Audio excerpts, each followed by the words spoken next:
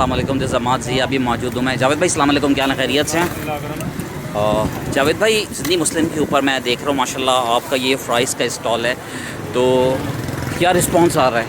अल्लाह का शुक्र, सही बेहतरीन है, शुक्र मालिक का। आप जो नए लोग हैं, जो आजकल बेरोज़गारी बढ़ रही है, तो लोगों को क्या मशवरा देना चाहेंगे कि फ़्राइज़ लगानी चाहिए या क्या करना फुल लगाना चाहिए भैया, है? रिज़्क़ हलाल में कितनी बरकत होती है बेहतरीन है, अल्लाह का शुक्र है भैया। अल्हम्दुलिल्लाह। आप ये देखें कि भाई जो हैं हमारे माशाल्लाह फ़्राइज़ लगा रहे हैं और पब्लिक जो है, और बेहतरीन फ़्राइज़ होते हैं। थर्स्टी के सामने आप आके जो है ये देखें माशाल्लाह फैमिलीज़ मौजूद हैं यहाँ पर, और वाकई देख के बड़ी खुशी हो रही है कि पार्सल्स वगैरह जा रहे हैं।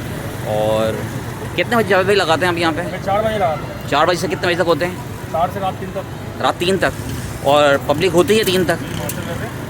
This is Karachi we are talking about. और जाते वक्त बात शुरू करते हैं, पाकिस्तान जिंदाबाद। Thank you.